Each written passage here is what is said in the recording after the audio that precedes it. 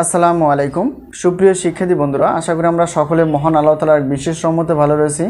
আবারও স্বাগতম আমাদের অনলাইন ক্লাসে। আজকে আমরা যে বিষয়টি নিয়ে আলোচনা করতে যাচ্ছি সেটা হচ্ছে ক্যালকুলাস 1 চ্যাপ্টার 7 অর্থাৎ ফাংশনের গরিষ্ঠ ও লঘিষ্ঠ মান নিয়ে। প্রিয় শিক্ষার্থী বন্ধুরা, আজকে আমরা চ্যাপ্টার 7 এক্সাম্পল 22 অর্থাৎ বিএসসি যাদের পরীক্ষা হয়তো এক মাস পর হবে, তো তাদের জন্য খুবই গুরুত্বপূর্ণ। আমরা সাজেশন দিই এবং সেই সাজেশন অনুযায়ী ক্লাস নেওয়ার চেষ্টা করি। তো এখন যেই প্রশ্নটি আমরা এখন সলিউশন করব সেটা হচ্ছে যে এখানে দেওয়া আছে, দেখো function of x equal x minus 2 into x minus 3 whole square এর লঘিষ্ঠ মান ও গরিষ্ঠ মান নির্ণয় করতে বলছেন। তো লঘিষ্ঠ মান ও গরিষ্ঠ মান নির্ণয় করার আগে আমাদের বুঝতে হবে যে লঘিষ্ঠ মানটা কি আর গরিষ্ঠ মানটা কি। গরিষ্ঠ বলতে একটু দেখো একটা শর্ত ফলো করতে হবে, যে কোনো ফাংশনে চ্যাপ্টারে যে কোনো ফাংশন আমরা এক্সের সাপেক্ষে একবার অন্তরীকরণ করে আরও একবার অর্থাৎ দুইবার অন্তরীকরণ করব। অন্তরীকরণ করার পর যদি কোনো একটা মান অর্থাৎ 0 থেকে দ্বিতীয় অন্তরীকরণের যে জায়গায় আসবে সেটা অর্থাৎ 0 থেকে যখন ছোট মান আসবে তখন বুঝতে হবে এটা গরিষ্ঠ মান। আর যখন এই এক্সের সাপেক্ষে অন্তরীকরণ দুইবার করার পর 0 থেকে অর্থাৎ 0 থেকে যখন কি আসবে বড় হবে তখন সেই মানটা হবে লঘিষ্ঠ মান। আশা করি বিষয়টি ক্লিয়ার। এখন আমরা সলিউশনে যাব, সেটা হচ্ছে একটু খেয়াল করো। তো এখানে যে বিষয়টা দেওয়া আছে সেটা হচ্ছে একটা ফাংশন, এটাকে আমরা দুইভাবে লিখতে পারি। সেটা হচ্ছে যে dy/dx এভাবে লিখলেও হবে, অথবা আমরা এটা লিখব, যেহেতু এখানে একটা কাজ আছে সেই কাজটা করে তারপর আমরা অন্তরীকরণ করব। এখানে দেখো x - 2 যা আছে তাই, এটা যদি বর্গের সূত্র ইউজ করি তাহলে এটা হওয়ার কথা x² - 2 ইন্টু a বলতে x আর b বলতে 3 প্লাস b স্কোয়ার বলতে 3/2। আশা করি এই পর্যন্ত আমরা বুঝে গেছি। এটা হচ্ছে বর্গের সূত্র, মাইনাসেরটা ব্যবহার করলাম। এখন এখানে দেখো ফাংশন অফ এক্স আর এখানে x - 2 এটা যা আছে তাই, আর এটা যদি আমরা হিসাব করি তাহলে কত আসে 3 × 2 = 6 x আর 3 × 3 = 9 অর্থাৎ এই জিনিসটা। এখন আরেকটু কাজ করতে হবে, সেটা হলো একটু খেয়াল করো, ফাংশন অফ এক্স যা আছে তাই থাকবে। এখন এই x দিয়ে আমরা তিনটাকে গুণ করব, তাহলে x আর x² গুণ করবে x³ আর প্লাস মাইনাসে মাইনাস, x দিয়ে 6x কে গুণ করলে 6x² প্লাস প্লাসে প্লাস, আর x দিয়ে যদি 9 কে গুণ করা হয় তাহলে কত হবে 9x। আশা করি এই পর্যন্ত বিষয়টি ক্লিয়ার। এখন -2 দিয়ে আমরা তিনটাকে গুণ করব, তাহলে মাইনাস প্লাসে মাইনাস হয়, আর এখানে 2 দিয়ে x² কে গুণ করলে 2x² হবে, মাইনাস মাইনাস হবে প্লাস, আর 2 দিয়ে যদি আমরা 6x কে গুণ করি তাহলে 6 × 2 = 12x, আর মাইনাস প্লাসে মাইনাস 9 × 2 = 18। এই হলো বিষয়টি। আশা করি আমরা এই বিষয়টি বুঝে গেছি। এখন আমাদের কাজ হবে একটু যোগ বিয়োগ করা, যে আসলে কি হয়। দেখো এখানে দেখো x³ আর নেই, এটা যা আছে তাই। তো এখানে দেখো -6টা x² এবং এখানে -2টা x², তাহলে মাইনাসের যোগ করলে -8 অর্থাৎ 8x² হবে। আর এটা এবং এটা যদি যোগ করে দেয় তাহলে কত আসে দেখো, তাহলে 21x মাইনাস এখানে কত 18। এই হলো বিষয়। তো প্রথমে যে ফাংশনটি ছিল সেই ফাংশনটি আমরা কি করলাম, এই পর্যন্ত হিসাব করে আসলাম। এখন প্রথম কাজ করতে হবে x এর সাপেক্ষে একবার অন্তরীকরণ। তো এখানে দেখো ফাংশন অর্থাৎ f'(x), দেখো এটাকে যদি আমরা dy/dx করি, অর্থাৎ বিষয়টা হলো এরকম dy/dx, অথবা আমরা এটাকে এইভাবে লিখতে পারি, ঠিক আছে। তো এটা কিন্তু তাই বুঝেই। তো এখন x এর সাপেক্ষে যদি আমরা অন্তরীকরণ করি একবার, তাহলে বিষয়টি আসবে। এখানে দেখো আমরা একটা সূত্র ইউজ করি, সেটা হলো d/dx x⁴n nx⁴n - 1 এটা। তো এই সূত্রটা যদি ফলো করি, এখানে দেখো সূত্রটা কি হবে একটা বুঝিয়ে দিই, বাকিগুলো তোমরা বুঝে নিবা। তাহলে d/dx x³। তো এই সূত্রের সঙ্গে যদি হিসাব করি দেখি nx, n বলতে কত 3, x বলতে হচ্ছে x, আর সূত্র n-1, n বলতে 3 মাইনাস এখানে এটা, তাহলে এখানে হিসাব করলে কত হবে 3x²। তাহলে এটা আমরা অন্তরীকরণ করলে কত পাবো 3x²। একইভাবে মাইনাস এটা পাওয়ারটা এই সামনে আসবে, গুণ হয়ে যাবে 8 × 2 = 16, আর একটা পাওয়ার কমবে। এই হলো বিষয়। তো এটা যদি x এর সাপেক্ষে অন্তরীকরণ করি তাহলে 21, এটা তো ধ্রুবক, আর ধ্রুবককে অন্তরীকরণ করলে 0 হয়। এখন এটাকে আরও একবার আমাদের অন্তরীকরণ করতে হবে, সেটা হলো কি f'(x). আবার যদি হিসাব করি অর্থাৎ এই সূত্রকে ব্যবহার করি তাহলে এখানে কত আসবে 3 × 3 = 6x, আর মাইনাস এটাকে হিসাব করলে কত হবে 16। এই হলো বিষয়। তাহলে এখন আমরা একটা কাজ করতে পারি, সেটা হলো যে অতএব এটাকে আমরা বোঝার তাগিদে এটাকে আমরা 1 সমীকরণ দিতে পারি। এটাকে আমরা 2 সমীকরণ দিতে পারি। আশা করি এই পর্যন্ত বিষয়টি একদম ক্লিয়ার। যেহেতু আমরা এটাকে 2 বার অন্তর্গ্রহণ করে ফেলছি, আমরা জানি এখন যে বৃহত্তম বা গরিষ্ঠ মান, ক্ষুদ্রতম বা লঘিষ্ঠ মান থাকার যে একটা শর্ত আছে, সেটা হচ্ছে একটু লিখব। অতএব শর্তানুসারে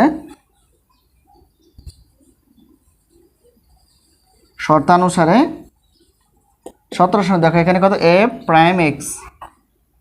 প্রাইম এক্স অর্থাৎ সন্ধিবিন্দু বলা যায় ইকুয়াল টু 0, ঠিক আছে।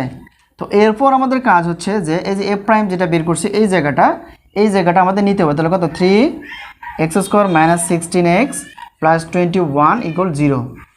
তো এখন এখান থেকে x এর একটা মান আসবে, সেই x এর মানটা আমরা কি করব 2 নং সমীকরণ বসিয়ে দিব। আশা করি এই পর্যন্ত বিষয়টি ক্লিয়ার। এটা যদি আমরা মিডল টার্ম, কারণ 1 2 3 পদ আর 3 পদ বিশিষ্ট মিডল টার্ম হয়, এটা আমরা জানি। তো এখন এখানে 3 × 21 গুণ করলে কত হবে, এটা যদি ভাঙি তাহলে কত 7 নং 63, অর্থাৎ এই জায়গাটা। তো এখন যদি আমরা হিসাব করি তাহলে 3x² তাহলে 9x 7x এটা যোগ করলে হবে এটাই, এই হলো বিষয়টা ইকুয়াল 0। তোমরা জানো করতে গেলে আমাদের কী করতে হয়। এখন এটাকে আমরা যদি কমন নেই, তাহলে 3 যদি কমন নেই তাহলে 3 এবং x কমন যাবে, তাহলে এখানে x থাকবে মাইনাস এখানে 3 থাকবে। এখান থেকে যদি আমরা কি 7 কমন নেই, এখান থেকে x আর প্লাসটা মাইনাস হয়ে যাবে, আর কত 3 নং 27 অর্থাৎ 3 = 0। আশা করি এই পর্যন্ত আমরা বিষয়টি বুঝতে পেরে গেছি। এখন দেখো এখানে x - 3 এখানে x - 3 দুইটা আছে, একটা কমন নেওয়া যায় x - 3, আর এখানে কত 3x - 7 = 0, এই হলো বিষয়। তো এখন এখান থেকে আমাদের কি একটা করে x এর মান নিয়ে আসো। তো x - 3 মানেও 0 বোঝায়, আর 3x - 7 = 0 বোঝায়। তো এটা সাইড চেঞ্জ করলে আমরা কত পাবো, x হলো 3, আর এখানে যদি একটু কাজ করি 3x, তাহলে এখানে -7 আছে, ওদিকে প্লাস হয়ে যাবে, আর x = 7/3। আশা করি এই পর্যন্ত আমরা বিষয়টি একদম বুঝে গেছি। এখন আমাদের কাজ কি, অর্থাৎ গরিষ্ঠ মান বা লঘিষ্ঠ মান হওয়ার শর্ত হচ্ছে a প্রাইম x = 0। আর আমি আগেই বললাম যে a প্রাইম মানে কি, a প্রাইম মানে হচ্ছে এই জায়গাটা, অর্থাৎ a প্রাইম মানে হচ্ছে, বা এটাকে আমরা এইভাবে লিখতে পারি, অর্থাৎ x এর সাপেক্ষে অন্তর্গ্রহণ একবার, আর f ডাবল প্রাইম বলতে বোঝা হচ্ছে x এর সাপেক্ষে অন্তর্গ্রহণ হবে 2 বার। তো এখন এই যে x এর যে মানটা পাওয়া গেছে, একটা x এর মান 3 পাওয়া গেছে, x এর মান 7/3 পাওয়া গেছে। তো এই x এর মানটা এবং এই x এর মানটা আমরা কোথায় বসাবো, একবার বসাবো 2 নং সমীকরণে, মানে x এর মানটা, আরেকবার বসাবো x এর মানটা এই 2 নং সমীকরণে। আশা করি বিষয়টি এই পর্যন্ত ক্লিয়ার। এখানে আমরা লিখব 2 নং সমীকরণে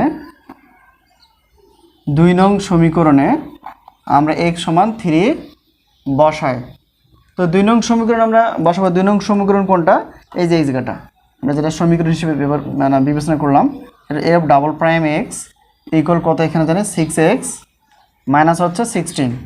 তো এখন আমরা x এর জায়গায় যদি 3 বসাই তাহলে একটা মান আসবে, দেখো 6 × 3 মাইনাস এটা। আচ্ছা, আবার এখানে যদি হিসাব করি কত হবে 18, এখানে কত 16। তাহলে এখন দেখো একটু খেয়াল করে দেখি, তাহলে এখানে যে মানটা আসতেছে এই মানটা কত, মানটা আসতেছে 2।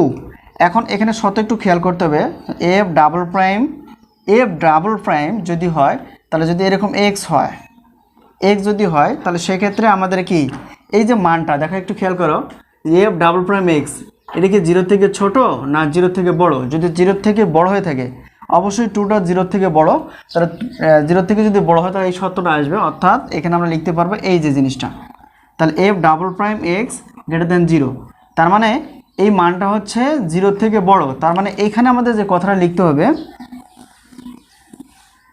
সেটি হলো যে এখানে আমাদের লিখতে হবে এই শর্তটা মানে মেনে চলে। তার মানে এখানে বলতে হবে যে x বলতে পারি যে x = 3 বিন্দুতে লঘিষ্ঠ মান বিদ্যমান, কারণ এটা হলো 0 থেকে 2টা বড়, তাহলে লঘিষ্ঠ মান বিদ্যমান। আশা করি বিষয়টি এই পর্যন্ত আমরা বুঝে গেছি। প্রিয় শিক্ষার্থী বন্ধুরা, একইভাবে আমাদের কি কাজ করতে হবে, এই যে x এর যে একটা মান আছে x = 7/3, এই মানটা আমরা আবার 2 নং সমীকরণে বসাবো।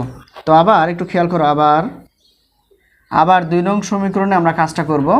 2 নং সমীকরণটা কি ছিল, f ডাবল প্রাইম এক্স, তাহলে এখানে কত হবে 6x মাইনাস এটা।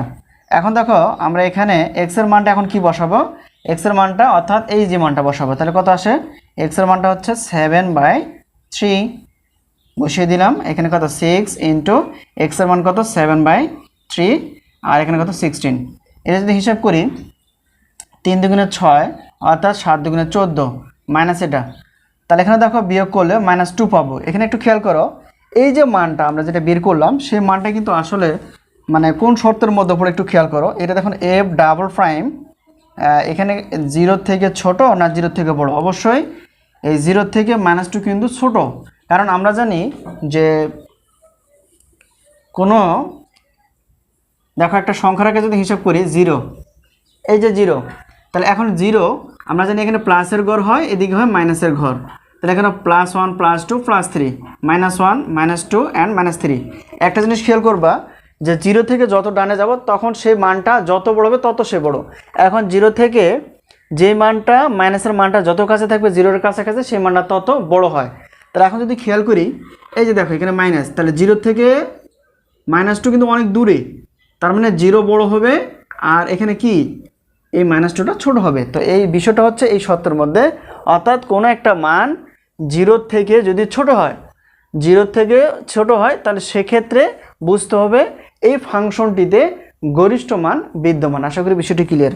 তাহলে এখানে আমরা লিখতে পারি, অতএব এখানে লেখা যায় যে x সমান 7/3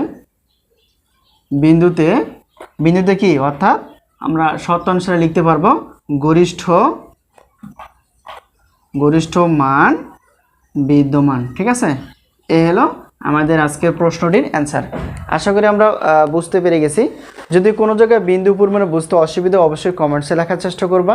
এই প্রশ্নটি ছিল খুবই গুরুত্বপূর্ণ একটি প্রশ্ন। তো একটা কথা বলে নেই, তোমরা যদি সাজেশন না নিয়ে থাকো আমাদের যে স্ক্রিনে নাম্বারটি হোয়াটসঅ্যাপ নাম্বারটি রয়েছে সেই নাম্বারটির সঙ্গে যোগাযোগ করে তোমরা সাজেশনগুলো নিতে পারবা। আর এখানে সাজেশন নিয়ে পড়াশোনা করলে ইনশাআল্লাহ অবশ্যই কমন আসবে। গত জুলাই মাসের 3 তারিখে রসায়ন তৃতীয় পত্র আমাদের সাজেশন থেকে কমন ছিল প্রায় 70% প্লাস, অর্থাৎ 70.27% আমাদের রসায়ন তৃতীয় পত্র কমন ছিল। তো যাই হোক, এই হলো বিষয়। সাজেশন নিতে চাইলে অবশ্যই যোগাযোগ করবো আর ক্লাসগুলো অবশ্যই দেখার চেষ্টা করবা। তো ক্লাসগুলো ভালো লাগে অবশ্যই লাইক কমেন্ট শেয়ার থাকবে, আর বন্ধু বান্ধবের সঙ্গে অবশ্যই ক্লাসগুলো শেয়ার করার চেষ্টা করবে। তো আজকে এই পর্যন্তই। আশা করি আমরা ক্লাসটি প্রথম থেকে শুরু করে বুঝে গেছি। যদি কোনো জায়গায় বুঝতে অসুবিধা হয় অবশ্যই বলার চেষ্টা করবো। তো আজকে এই পর্যন্তই। আল্লাহ হাফেজ।